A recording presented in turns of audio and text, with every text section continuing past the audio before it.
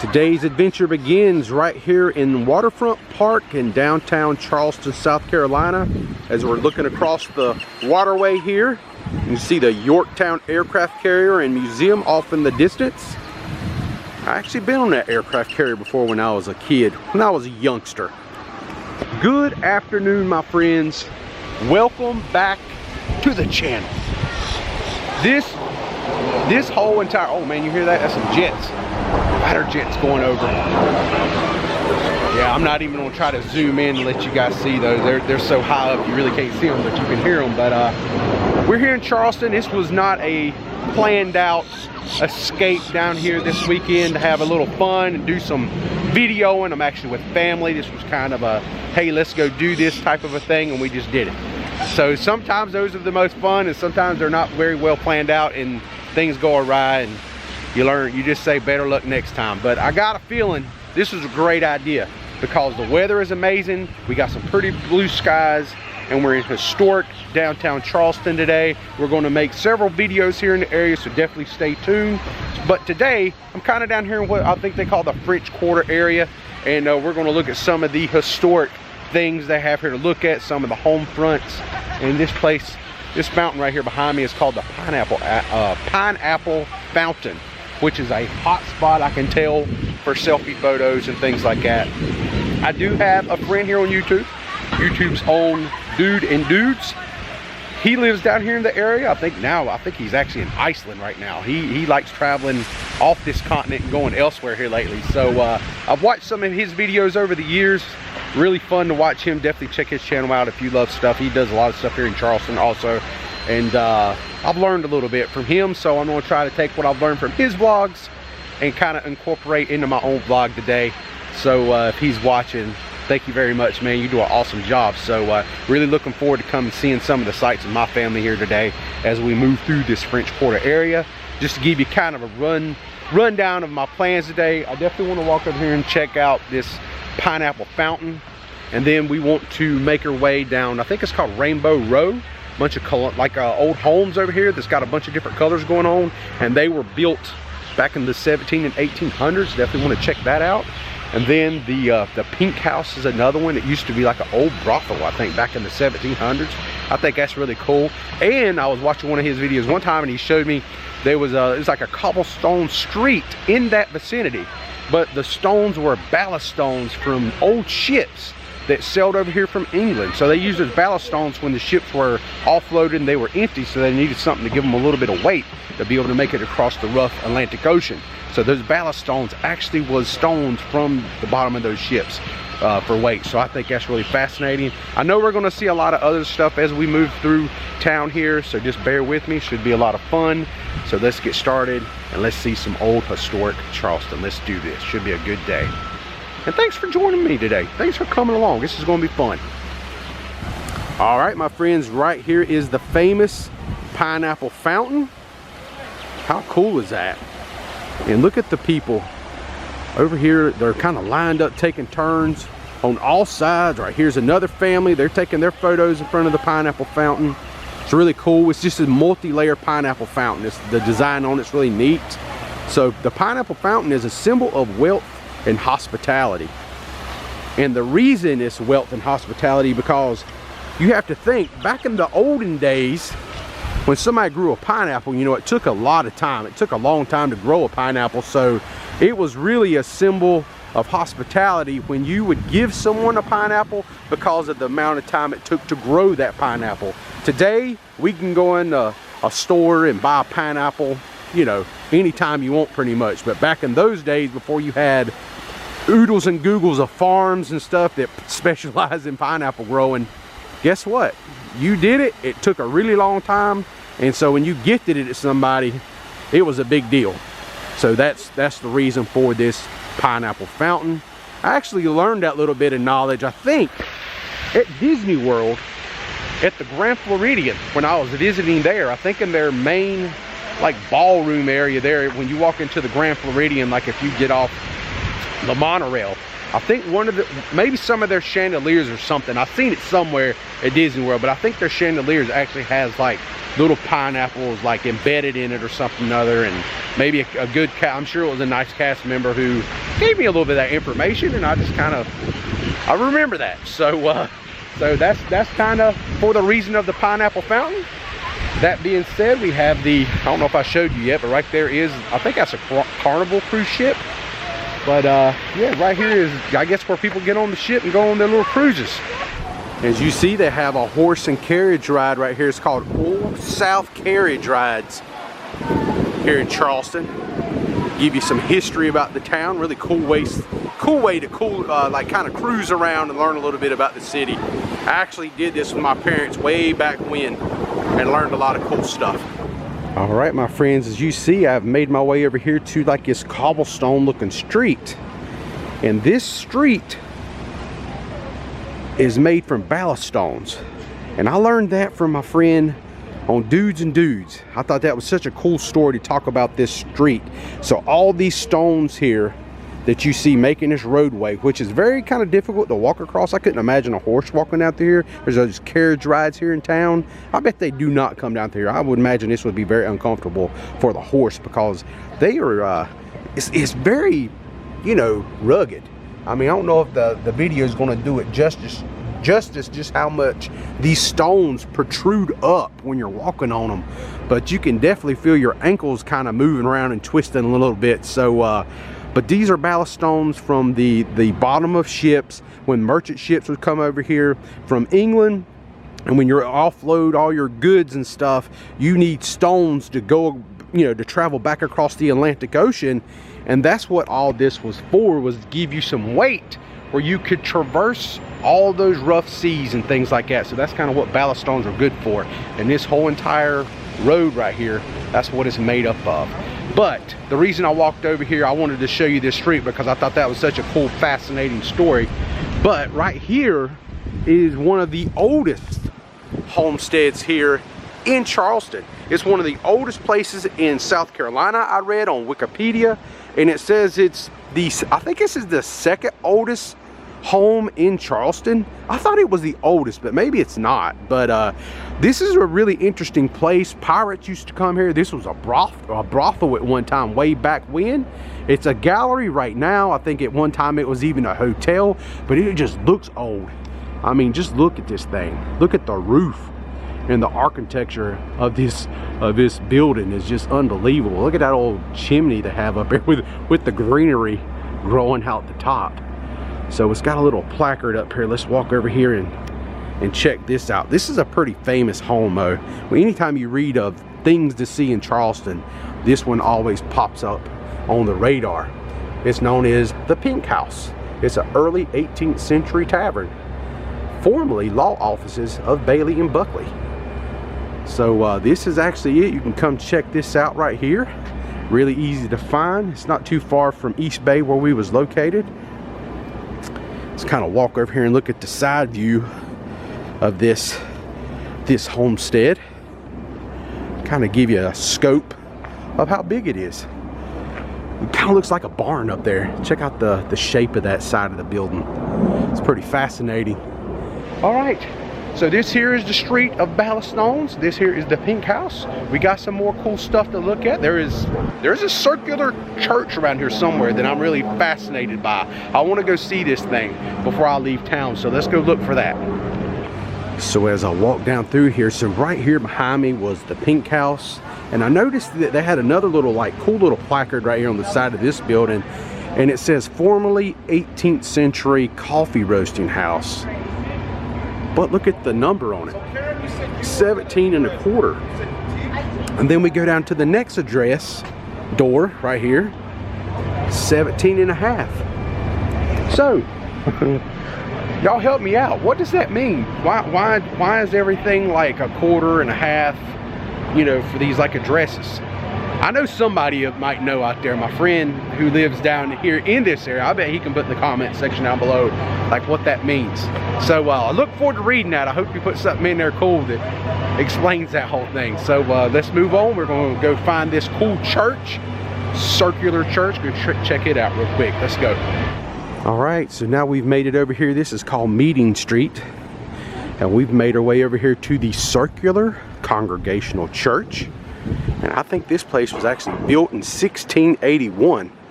So it goes way back. Right here, this fence line. And right there you can see the circular part of the church.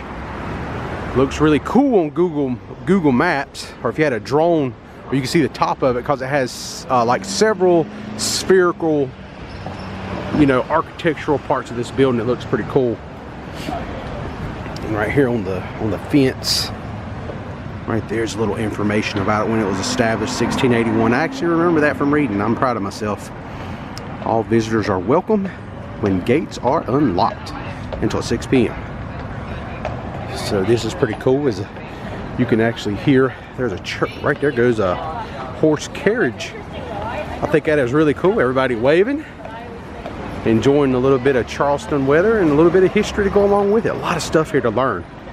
I wish I had more time to spend here already, because I'm seeing all kinds of things that I cannot get to today that I would really like to. It has some graves right out here in front. Very, very nicely done. I love the flowers. You don't see that all the time, at least here in the United States. You see it over in Europe quite a bit. Like when you go to Germany and places like that, they have a lot of their graves decorated very similar to this. They always put flowers in it. It's a little white, a little washed out, but right there is some signage on the side of the church itself. That is pretty cool. United Church of Christ. Sunday worship at 11 a.m. Please join us. So cool. Look at that. Look at that door over here.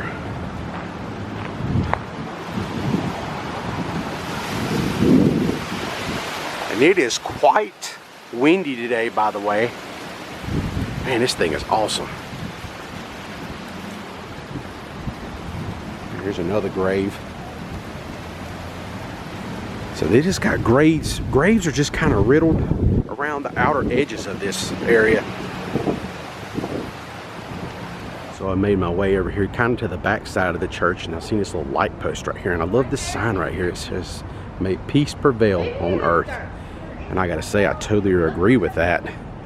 And look at that door. It's just got a cool kind of a medieval look to it. Looks like the door to Gargamel's castle on Smurfs. You can really see the circular architecture to the back side of the church here. Oh man, look at all that moss on that tree. That is just, that looks like South Carolina when I see a lot of moss like that on a tree, especially like a live oak. A lot of graves back here. Look at that back through there. Right there's my wife and my niece. They love graveyards. This is exactly what the doctor ordered from them. They love going through older graves and looking at dates. The older the better. Man, look at this. Notice this pathway right here. Check out these headstones. See how they're kind of leaning a little bit like this way, and this one over here the same shape, and it's kind of leaning this way. Did they actually do that just to make a pathway, you believe? And then this right here, this one especially, look at that face on the headstone. I mean, that is giving me like serious Jack Skellington vibes right there, you know, from the Nightmare Before Christmas. All right, let's keep on moving. This is an awesome graveyard to come walk through. Really cool looking stuff in here. There's so much cool stuff to look at. A lot of old graves, of course, you know, being in a historic area like this. But there's one particular grave I want to show you this one to you, because of all the cool graves out here. I mean, you see a lot of stuff with like these angel faces and stuff on them, but this one right here in particular, my niece found it. And check this out. We have like, I don't know, it's like angel wings, but right above it, check that out. It's a skull and crossbones. How bizarre. I have never in my life seen a grave with skull and crossbones on it until now, you know. And this here is, who lays here is Mr. David Stoddard. So I don't know what he did or what was up, but yeah, man, that is so wild to come out here and see that. All right, I just want to show you that. So now we're going to move on and go over to Rainbow Row and look at some stuff over there. I think on Rainbow Row, or right there in the area, in the vicinity, we have America's oldest liquor store. right there on Rainbow Road. So anytime you can find the oldest of anything here in the United States, it's like a win and roll moment. You go look at it, you pay your respects. I don't drink alcohol, but still, I'm gonna go over there and feast my eyes upon that liquor store, just to say I've been there and done that. So let's get walking in that direction and go check it out, man. Historic Charleston. This has been fun, been awesome already. All right, and right here on Broad Street, here's another place here in town I've heard good things about. It's called the Blind Tiger Pub. Look at that stained glass up there. That is pretty interesting, pretty cool. Kermit the Frog is thinking hard. Right here in Charleston. He's thinking what to go see next. All right, I have made my way back up here to East Bay Street, and we're going to go check out the Provost Dungeon. So come across the street here. Go, go, go, go, go. All right, now we've made it over here to the corner of East Bay and Broad Street, and this big historic building right here is the Old Exchange and Provost Dungeon, South Carolina's most historic building. 1771, says museum and gift shop, a National Historic Landmark here on 122 East Bay Street. So let's go buy us a ticket, go inside and check out. I'm really interested in seeing the dungeon. All right, I'm in. We're going down into the dungeon for a dungeon tour. They do those tours every half hour. It costs $15 per person to go inside, and it's getting dark. All right, we have made it down here. We're waiting to go on our little tour. Right here they have a Jolly Rogers like flag, different Jolly Rogers flags. Check that out. That's pretty cool. I love pirate stuff. Right here's probably the most famous. Most people know that one. That is Blackbeard. By this map, we can go ahead and get started. I like to start off with a small safety meeting on my tour before we really begin. The first point of order is cell phones. Please turn your ringtones off. As you can tell, the acoustics in here are excellent. And while you're frantically trying to silence your phone, we will all stare at you, we will judge you, and we will shake our heads in disappointment.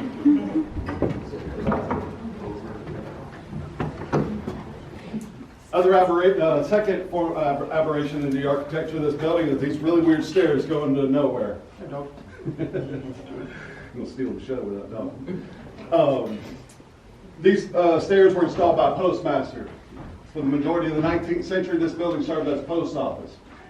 What's stranger than these stairs, though, is the fact that when you look over the rail here, you look down on the ground and you see water. This is the reason why you can't have a basement in Charleston. Our water table's high enough to where if you dig down 6 feet, you are ankle deep in naturally occurring groundwater.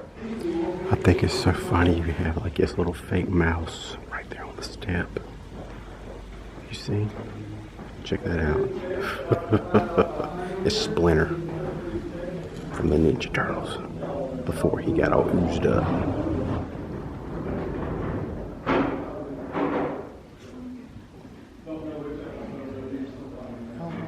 There's what the watch house looked like. I'm sure that you all, at least the back corner, if you are familiar with an event known as that was actually part of a greater general boycott that all 13 colonies participated in protest of the act that had been imposed by British Parliament onto the colonies. Much simpler, easy way to say that is we do not appreciate taxation without representation. And I do want to. All right. So they was talking about 14,000 pounds of powder was in here. When the British took this place back, they didn't even know it was here. And all the people they would arrest, they would throw into this dungeon. It didn't matter if you was black or white, rich, poor, it didn't matter. Everybody was in here. And it was quite bad because there is no bathrooms down here. There is no air conditioning. This is a dungeon. There is no air movement. So if you could only imagine that. I mean, you think about coming to Charleston in like August when it's like the heat index is 110 and the humidity is 100%. Could you imagine being down here with like no bathrooms, no anything? and this is the floor. There is no places to sleep, which he said eventually, the guide actually told us that eventually they brought hay down here, you know, just because, you know, they just felt like something needed to be done for the people. And all that hay did is soak up all the feces and things like that and made it pretty disgusting. So definitely, this is a good idea to come here. A lot of history. Really cool. We're going to move on now. Okay, so now we have made our way up to the second floor. I had to go use the restroom. You know how that is sometime when you're trapped in a dungeon. But it actually has a little information here about the Declaration of Independence. July 4, 1776. The delegates began signing it here on August 2nd. So the Declaration of Independence was right here in this building. It says the Declaration was presented to South Carolinians here at the Exchange on August 5th, 1776. Have some fun, read the document, and then affix your signature. You see some people have already signed their name. And even though I'm not going to read the whole thing here on camera, make sure we sign our name here. And they actually have a We the People. Right here is a copy of the Constitution, a replica of it. It's up here. And some people may or may not know this. The United States Constitution was ratified right here. This has been such a cool learning experience for me today. I had no idea that Charleston, or Charlestown as they say, was like one of the richest, if not the richest colony, even more so than like Boston and some of the northern areas, because of a very specific flower that grew here in this area that didn't grow in other areas. It was called indigo. And indigo, when you manufactured it or you processed it, it gave off a blue ink, and that's what they would do to like dye clothing. And to have blue clothing was kind of like showing that you've made it, you have wealth. And a lot of European people like that, and they used to sell it to the European. And also around here, you know, it showed you had wealth, so that people wanted it. You know, it was like if you was, you know, wearing Air Jordans today or whatever, you know, it's something that you really liked to show off and stuff. And that's kind of what that was used for back then. And that's also why there's blue on the South Carolina state flag, as we see right there. That's what that's kind of commemorating. And the other thing that they used to use to make a lot of wealth was rice. They made a lot of rice, had rice paddies here in the area. And when it comes to manufacturing the indigo flowers and doing the rice fields and things, one thing they had a huge advantage over, if you remember what time it was, and there was slavery going on, so it was a lot of free labor. They didn't have to pay anything to these people to work the fields to make it all happen. So very interesting day. All right, we're going to get on out of here and head back on the street and go check out the very famous part of East Bay Street out there that a lot of people know about. It's the row of houses. It's like all different colors, but they call it Rainbow Row. We're going to go check out Rainbow Row next, and probably start wrapping up this video. What an awesome day this was today. Thank you for hanging out with me. Let's go to Rainbow Row now. All right, my friends, that was a lot of fun checking out the Provost Dungeon, the Exchange. Really, really cool. Now we're going to make our way to the, I guess, south down East Bay Street and check out some more cool stuff down here. We have Rainbow Row, and we're going to have the America's oldest liquor store. So I'm not a drinker, but I still want to be able to say that I've seen the oldest liquor store. So let's go check that out next. All right, my friends, right here on the corner of Exchange Street and East Bay Street is America's oldest liquor store. And you know it's a liquor store because it has these 3 dots on the side. I have been seeing these around town, and this one's really cool. The Tavern, Wine and Spirits. Have its like anchor signet, like little sign right here. Kind of looks like something. Maybe this is where Popeye got his idea to get his anchor on his arm. But you know, Popeye, I don't know how much alcohol he drank. I know he ate a lot of spinach, you know, to give him power. But this place here gives you a different kind of power, that's for sure. Have a little blackboard over here with some things that they have here in stock, and also it shows just how old this place is. 1686. There we go. Monday through Saturday from 10 to 7, and it's open. And it says right here, look at there, man, the Tavern. Right here it is, America's oldest liquor store. We did it. We made it to America's oldest liquor store. A lot of cool stuff in there. They have a lot of local brands in there. I did go in there and talk to the man. Low light and a little bit of music is the reason why I didn't enter and do a walk around tour. But yeah, definitely if you like this sort of thing and you're in Charleston, I think it would be really cool to come here and maybe buy you something just to say, hey, I bought it from the oldest liquor store in America. Okay, now we're going to move our adventure on down the road here a little piece until we find Rainbow Row, which should be right down here. So let's get going in that direction. All right, I've made it down here a little piece, and this right here is the Rainbow Row homes. All the way down through there. Check them out, the colors. I don't really know how to shoot this. I think I'm gonna walk down this side of the street first and look across the street at them, because they're kind of tall. You know, they're like 3 stories tall, so they're very big. But this is the Rainbow Row House District. This is a historic district cluster of 13 pastel painted Georgian style row houses dating from 1748 to 1845. So very popular area. I've heard about this place before.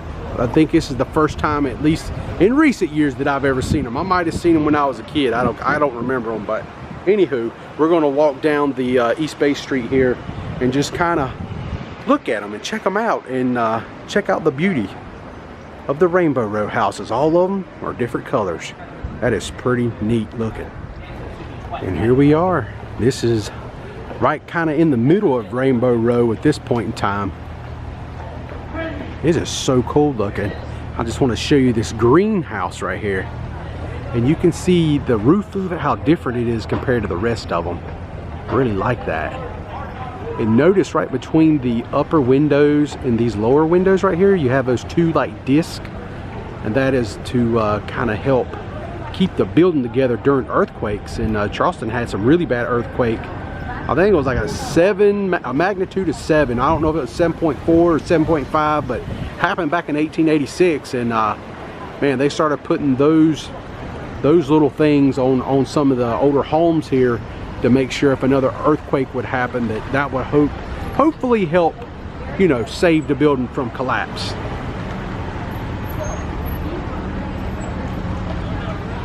It's a cool area. A lot of people is doing the carriage rides right now, and they're getting some of that information.